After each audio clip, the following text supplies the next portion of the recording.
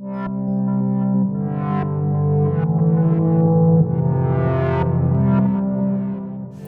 we have 32 inputs, and we use the Onyx Plus preamps. So the Onyx preamps from Mackie are already the best preamps you can get from Mackie. One interesting thing is with these preamps is that I can control them digitally.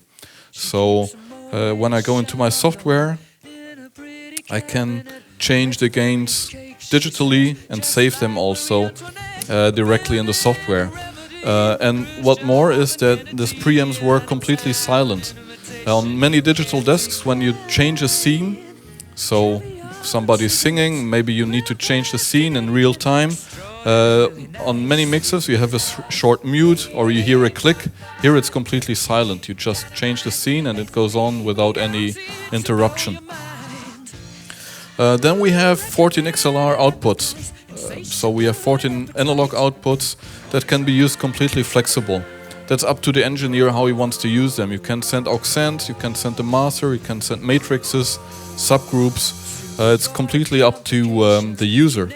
Plus a digital output in AES format and monitor and headphones output for the engineer.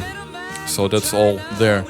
On the back side there are some connections there too. We have 2 USB ports, and actually the music you're hearing right now is coming from the hard drive that is connected and precise on the back side of the DL32. This means you can record and play back up to 32 tracks directly using the master fader software of the DL32. Meaning that you can have playbacks when you're in a cover band, you can add playbacks to your sound in real time, you can playback just normal music, or you can record the whole show, the whole gig on 32 separated tracks without having an additional computer on stage or at the front of house plays. And there is a second USB port. And with this USB port, the DL32 becomes also an audio interface. So you can hook up the DL32 to a Mac or a PC and record 32 tracks into Pro Tools or Cubase. To connect to the DL32, we use iOS devices, such as an iPad or an iPhone, and we just rely on iOS. So the main reason is that we want to give our users an absolute professional, stable system without any problems. And all you have to do is to connect to a router that is connected to the DL32, and it's a closed system. So this router is only connected with your iPad and with the DL32. Nobody else can get into that router unless you tell the password. Mackie has chosen the iPad as a graphical user interface because it's the best graphical user interface in the market, but it's just your controller, it's just your user interface. So I can turn off the app and the audio would just run all the time without any problems. And the same thing when I will explain all the Dsp Power. The Dsp is built inside the DL32. We are not using the Dsp of the iPads. And you can connect up to 10 iOS devices to one DL32. And this means that, for example, you could have one engineer who's doing the main mix and the other engineer is doing the monitor mix. Or you're mixing a band and the band is using in-ear monitors. For example, then the singer could use his iPhone to just control his aux.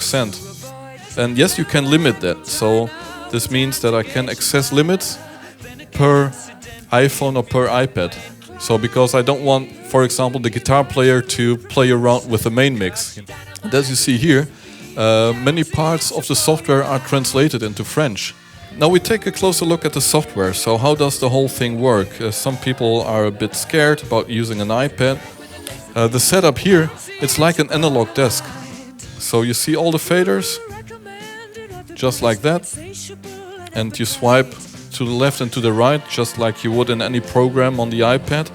And you just change the volumes, for example, using the faders. And they have an effect called grow and glow effect, so you can work really precise. They look pretty small, but as soon as you touch them, they get bigger and you can really move in .1 steps. I can also grab multiple faders. Also, we can put in names. I can even color code it. But what's even nicer is I can also use the camera. Take a picture here of myself, of my thumb, and just use the picture. And that's really good because it looks like a gimmick, but let's say you're having 3 or 4 people on stage, they are singing, they are walking around, you don't know the names of the people, you just take a picture with your iPhone, it synchronizes, and you know exactly which guy you are controlling there. One thing that is quite important with such a big mixer, so that's a lot of faders. But if you have a smaller setup, you can just create a thing what we call view group. In the view group, I can decide what faders and what channels I see at the same time. Okay, the next thing are the mute groups. It works exactly like a view group. So here I can make pairs of mutes. We look into the channel view. Per channel, we have a 4-band full parametric EQ. So I just can grab the EQ and change the settings. Double tap on one of the EQ bands and it goes to the 0 line back again. I can also use multi-touch here for having a bigger EQ factor. I can also have a different sounding EQ. So we have a modern EQ that's very precise, a digital EQ, and we have a vintage EQ that emulates an analog style, a Neve style EQ that really sounds completely different. Additionally, we have dynamics per channel on all the 36 input channels. So gate and compressor, again, very easy to control, just all graphically. You can also put in numbers if you like. And also here we have a modern and a vintage version. So we have a nice 1176 built inside the DL32 actually. Then we have 3 send effects, so 3 global effects. And you see you can control them from within every channel. And there's a reason for it, because on, let's say on the standard setup, you have your own effect channels and you have your effect sends in the channel. What you do is, okay, you send the aux send to the effect and you go to the effect channel, change the settings there, then you hear, oh, it's a little bit too much, you go back to the channel. Here we've put the same graphics into every channel, so I can control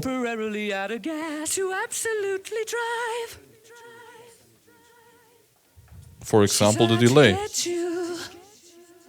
But this is still a global delay, but I can control it in every channel, so I don't have to go back and forth every time to control it. And last but not least, we have a routing window per channel. So this means that here I can choose, okay, where is the channel going to, which subgroup, which VCA fader, mute groups, and the view groups are also right there. Plus we have an A/B source for the inputs. So we have a lot of output buses. We have the master, we have 14 aux sends, we have 6 matrices, plus we have the subgroups and the VCAs. And all of these output buses carry a lot of Dsp power. So we have a 31-band graphic EQ on all the outputs. So also if I choose an aux send, I still see the graphic EQ there. At the same time, we also have a parametric EQ on all the outputs. You could even use them at the same time if you like. And additionally here we have a high pass and a low pass filter where I can change the slope, so I can really use this as a speaker processor, for example, for live. Then we have the routing window again here, and this window is also quite interesting. On all the outputs I have a compressor, plus we have a delay line. So all the outputs carry a delay line. If I use this setup with multiple speakers in a big venue, I can set up a delay for every speaker that is connected. And I can really type it in, so I can change it like this, or type in the meters. Let's say the next speakers would be 25 meters away. And what most people talk about is the temperature actually, because Mackie thought about anything. The speed of sound travels differently depending on the temperature. That's why we've put it in. We have the routing matrix right here. So we have a window where you can make all your own routings. Out of the box it's already set up that you can use it right away in a standard setting. But if you want to have any special settings, you can change it in this routing matrix. And I already showed you the playback and recording window, so that's where you can record 32 tracks or play them back in 24-bit. We also have on the left-hand side the possibility to play back stereo tracks. So if you just want to play back some intermission music, you can do that too. And last but not least, we have the snapshot window. So all the settings can be saved. You can save presets for the EQs, for the channels, but you can also save the complete mixer setting. And we call that snapshots. Other mixers call that scenes, it's the same thing. But here we have a thing on top of that, and that's called a show can take 99 snapshots. And that's pretty useful. Not everybody will use that, but in theaters it's very useful, because a show would be a theater piece, and in theaters usually you have a lot of scenes following each other. So maybe you have 50 or 60 snapshots. And on the next night there's another theater piece playing, so you have to recall the other show with the other snapshots. Or if you're an engineer working with different bands, and maybe they change the instruments in the different songs, you make snapshots of the different songs, and every band would be one show. And so you have a very nice structure for your files. Additionally, we also have an optional Dante card. So if you want to integrate this in a bigger network, or if you want to work with multiple DL32s, copying the channels, you can have that with a Dante card. Okay, so that's it for now. Thanks.